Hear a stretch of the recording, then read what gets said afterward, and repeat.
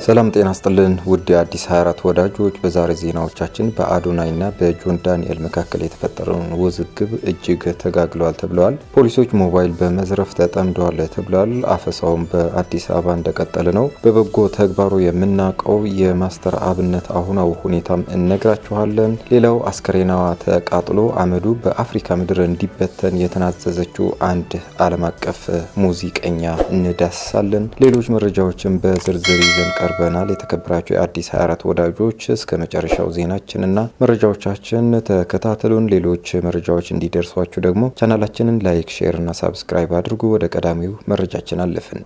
ሰሞኑን የኢትዮጵያ ቲክቶክ መንደር በሁለት ታዋቂ ግለሰቦች ማለትም በአዶናይ እና በጆን ዳንኤል መካከል በተፈጠረው ውዝግብ እጅግ ተጋግለዋል። ነገሩ የጀመረው የአዶናይ አካውንት በተደጋጋሚ ሪፖርት እየተደረገበት መቸገሩ ተከትሎ ነው። አዶናይ በግልጽ በቪዲዮ ወጥቶ አካውንቴን በተደራጀ መልኩ ሪፖርት እያደረጉብኝ ያሉ ሰዎች አሉ ሲል ቅሬታውን ማሰማቱ የውዝግቡ መጀመሪያ ነጥብ ሆነዋል። ይህንን የአዶናይ ንግግር የተመለከቱ የጆን ዳንኤል ደጋፊዎች ደግሞ ዝም አላሉም። በተከታታይ የቀጥታ ስርጭት ወይም ላይቭ በመቅረብ አዶናይን ዝቅ የሚያደርጉና የሚያጣጥሉ ንግግሮችን መናገር ጀመሩ። ውጥረቱ የናረው ግን ጆን ዳንኤል በእነዚህ አዶናይ በሚያብጠለጥሉ ደጋፊዎች ላይቭ ላይ በመገኘት የተለያዩ ዲጂታል ስጦታቸውን ወይም ግፍቶችን መስጠት ሲጀምር ነው። ይህ ድርጊት በአዶናይ ደጋፊዎች ዘንድ ሌላ ትርጉም ተሰጠው። ጆን ዳንኤል ራሱ ሰዎችን አደራጅቶ የአዶናይን አካውንት እያስመታ ነው የሚል ድምዳሜ ላይ እንዲደርሱ አደረጋቸው። ይህ ክስ በከፍተኛ ሁኔታ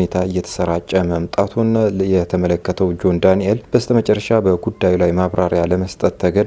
ጆን በሰጠው ምላሽ እኔ የማንንም ውድቀት አልፈልግም፣ እየተወራብኝ ያለውም ነገር ከእውነት የራቀ ነው ሲል አስተባብሏል።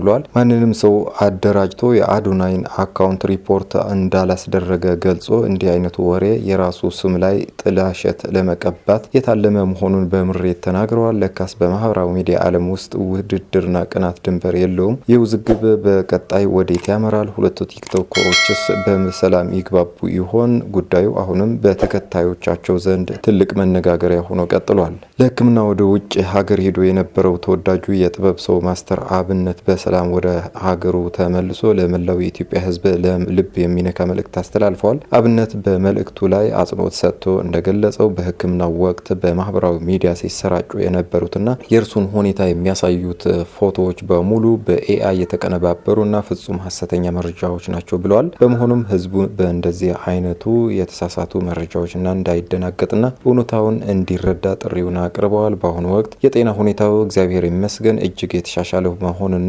በቀጣይም በሐኪሞች ምክር መሰረት አስፈላጊውን ክትትል እያደረገ ወደ ስራው ለመመለስ ዝግጅቱን እያደረገ ይገኛል። ማስተር አብነት የተሻለ ሕክምና እንዲያገኝ በቅርበት ሆናችሁ ለደገፋችሁ ወንድም እህቶቹ፣ ለመንግስት የስራ ኃላፊዎች፣ ለሃይማኖት አባቶችና በውጭ ለምትገኙ ደጋግ ኢትዮጵያውያን በሙሉ ልባዊ ጥልቅ ምስጋና አቅርበዋል።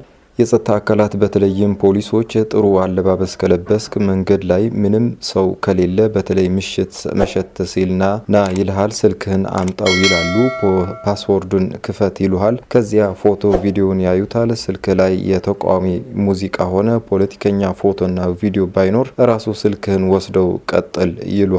ስልኬን ስጡኝ እንጂ ስትላቸው ጥፊና ቦክስ እርግጫ ይከተልሃል። ከመቱህ በኋላ ና ነገ ፖሊስ ጣቢያ መጥተህ በመውሰድ ትችላለህ ይሉሃል። በነጋታው ፖሊስ ጣቢያ ሄደ ፖሊሶች ስልኬን ወስደውብኝ ነው ወይ ፖሊስ ጣቢያ መጥተህ ውሰድ ብለው ነበረ ብለህ ስትነግራቸው የፖሊስ ስም ለማጥፋት የጠነሰስካት ሴራ ናት ይሉሃል ተብለዋል። ሂድ ብለው ያባርሩሃል ሲሉ የአዲስ አበባ ነዋሪዎች ለሚዲያችን ገልጸውልናል። ፖሊሶች ስልክ መዝረፍ ከጀመሩ ሰንበትበት እንዳሉም ተገልጸዋል። አሁን ግን የባሰ ነው ሲሉ ነዋሪዎቹ ተናግረዋል። በዚያ በኩል ሞባይል ነጣቂ ቀማኛ አለ፣ በዚህ በኩል ፖሊሶች ይቀማሉ፣ የት እንሂድ ሲሉ መማረራቸው ይገልጻሉ። አሁንም በአዲስ አበባ ወጣቶች አፈሳ ተጠናክሮ መቀጠሉንም ተገልጿል።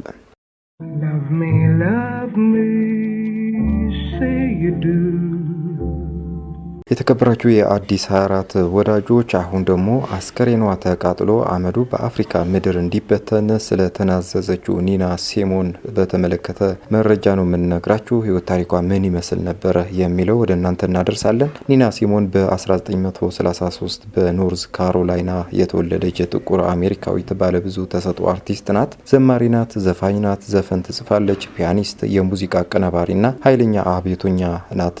ኒና ሲሞን የማትዘፍነው አይነት ዘርፍ የለም። ክላሲካል፣ ፎልክ፣ ጎስፕል፣ ብሉዝ፣ ጃዝ፣ R&B እና ሶል ሁሉ ትጫወታለች። የሙዚቃ ፍቅሯ ከልጅነቷ ጀምሮ አብሯት ያደገ ነው። ገና ልጅ ሳለች በ12 ዓመቷ በምትኖርበት ከተማ ያለው ቤተክርስቲያን ውስጥ ፒያኖ እየመታች በሚገርም ድምጿ ትዘምር ነበር እና እሷ ስትዘምር ጥቁሮቹ ቤተሰቦቿ ከኋላ ባሉት ወንበሮች ላይ ተቀምጠው መዝሙሯን ይሰማሉ። ምክንያቱም የእነሱ ቦታ ያ ስለሆነ ነው። ለምን ከተባለ ጥቁሮች ስለሆኑ ከነጮቹ እኩል አይቀመጡም። እና አንድ ቀን ፒያኖዋን ይዛ መዘመር እንደጀመረች በመዝሙሯ መሃል ከነጮች ኋላ ያሉትን ቤተሰቦቿን ተመለከተች እና ፒያኖዋን አቁማ መዘመሯ ትታ ዝም አለች። የቸርች ሰዎች አጠገቧ መጥተው ጠየቋት፣ ምን ነው ኒና ችግር አለ? አዎ አለች ኒና።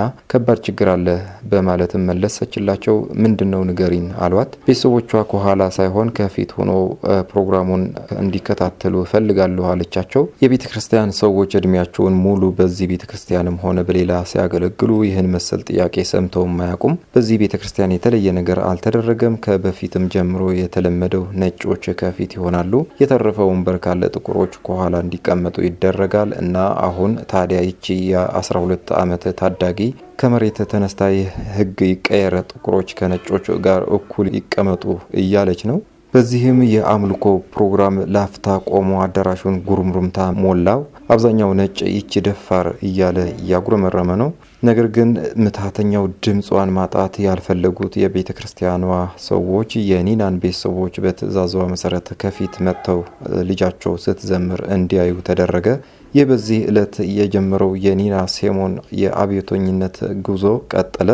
አሁን ጥያቄዋ እያደገ መጥቶ ከቸርች ውጭም ስለ ጥቁሮች ነጻነትና መብት ከፊት ሆና መታገሏን ቀጠለች። ኒና በአሜሪካ የነበረው የዘር መድሎን አብዝታ የምትጠየፍና የምትቃወም ሰው ሆነች። ኋላ ላይ ይህን የምትቃወመውን የነጮች የበላይነት አገዛዝ እየተንሰራፋበት አሜሪካ መኖር ተጠይፋ የትውልድ ሀገሯን በመልቀቅ በባርባዶስ ለጥቂት ወራት ከቆየች በኋላ የምትፈልገውን ሙሉ ነጻነት አገኛለሁ ብላ ወዳሰበችበት አፍሪካዊ ዝርያዎቿ ወደሚኖሩበት ላይቤሪያ ተሰደደች። ይህ የኒና ሲሞን የላይቤሪያ ቆይታ በህይወቷ ነጻነት የሚባለውን ነገር ያጣጣመችበትና ያጣጣመችበት ወቅት ነበረ።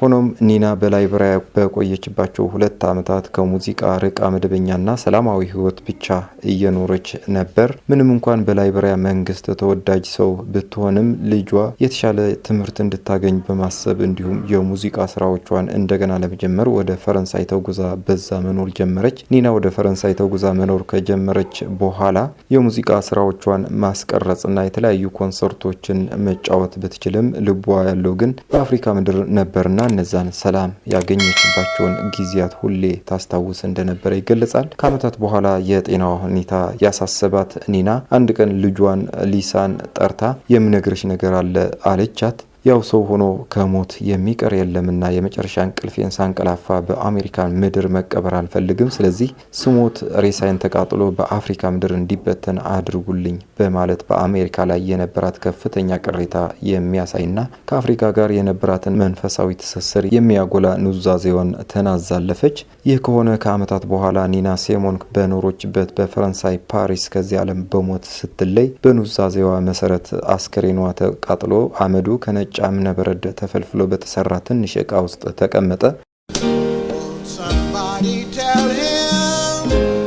የኒና ሲሞን ብቸኛ ልጅ ሊሳ እናቷን ካረፈች በኋላ በህይወት ሳለች ይሁንልኝ ባለችው መሰረት በትንሽ እብነበረድ የተቀመጠውን አመድ ይዛ ወደ ላይቤሪያ ተጓዘች። ላይቤሪያ ማለት ለኒና ሲሞን ልዩ ትርጉም ያላት ሀገር ነበረች። በአሜሪካ የነበረው ዘረኝነት አንገሽግሿት በላይቤሪያ ያሳለፈቻቸው 2 ዓመታት በህይወቷ የተደሰተችባቸው ዓመታት ነበሩ።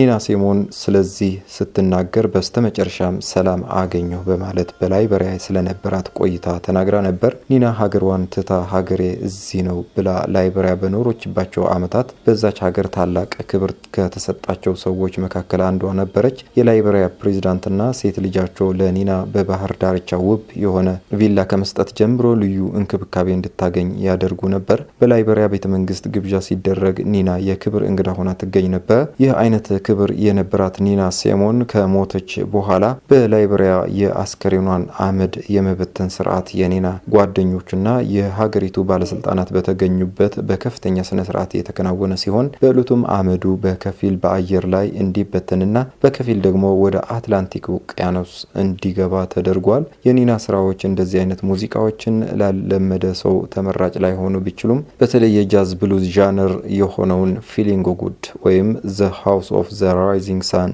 ወይም አይ ፑት ኤ ስፔል ኦን ዩ የሚለውን ሙዚቃውን ብትሰሙ እንደምትወዱት ተስፋ እያደረግን ይህንን ሙዚቃ እንድትሰሙ ተጋበዝናችሁ።